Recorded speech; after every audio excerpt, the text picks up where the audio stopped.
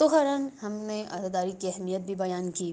اب ہم اپنے موضوع کی طرف واپس پلٹتے ہیں کہ خداوند متعال سورہ نساء کی آیت نمبر 59 میں اطاعت رسول کے بارے میں بتا رہا ہے. یعنی خدا ایک فارمولہ دے رہا ہے کہ سب سے پہلے خداوند متعال کی اطاعت جو ہے ہر انسان پر واجب ہے.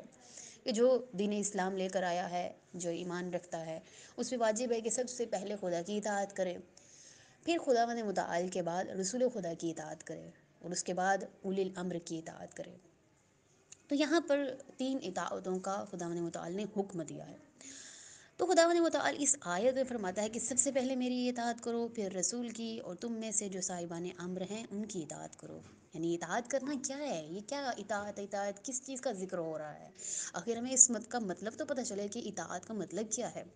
تو اطاعت کا مطلب یہ ہے عزیزان محترم، یعنی پیروی کرنا، یعنی جو خدا اور اس کا رسول کہہ دیں اس کو بلا شک و تردید انجام دینا، اور کوئی چون و چرا نہ کرنا.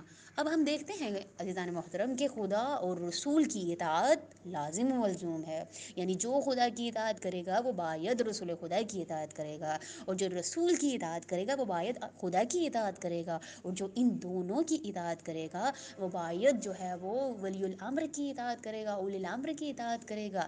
تو ہمیں پتہ ہونا چاہیے عزیزان محترم یہ اولی الامر کیا ہے، خداوند متعال کیوں اولی الامر کو مشخص کر کے بتا رہا ہے کہ ان کی اطاعت تم پر واجب ہے. تو ہم نے اطاعت کا معنی جو ہے وہ جانا کہ خدا نے اطاعت یعنی پیروی، یعنی کسی کی پیروی کرنا. خداوند متعال نے جو قواعد بتائے ہیں، جو دین سکھانے کے طریقے بتائے ہیں، ان طریقوں پر چلنا. آپ قرآن میں دیکھیں کس طرح انسان کو ایک جو ہے وہ دین پر چلنے کی جو ہے طریقہ بتایا ہے، اس طریقے پر چلنا. جو رسول خدا اپنے عمل سے بتا رہے ہیں، اپنا عمل کر کے بتا رہے ہیں، اس کو انجام دینا، اور جو اولی الامر اپنے فعل سے بتا رہے ہیں ان کو انجام دینا.